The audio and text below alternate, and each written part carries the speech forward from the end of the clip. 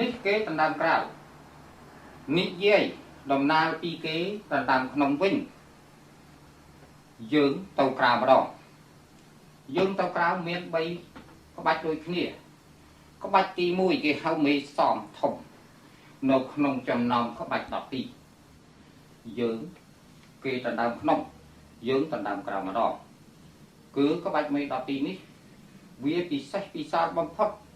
ហើយការកតាកំណត់សំខាន់ជាងគេគឺមេសំធំគឺមេទី1នឹងឯងវាដើមកំណើតនេះក្បាច់គុណបុរាណខ្មែរយើង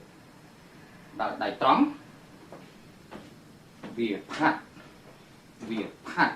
វាខោទី2គេហៅថាមេតុបដោយគេរំលោភលើខ្លួនយើងគេចូលវាយ៉ាងខ្លាំងដូចជាចង្កេងកែងហោះជង្គង់ហៅអីក៏ដោយ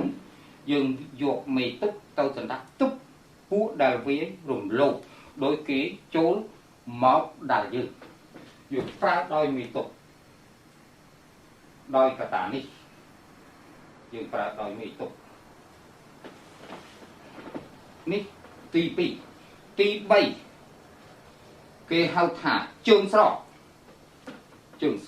វាយដោយគៀកវាយដោយគៀកយើងវាយដោយរបៀបនេះយើងវាយដោយរបៀបនេះនេះគេដណ្ដើមក្នុងយើងខាងក្រៅ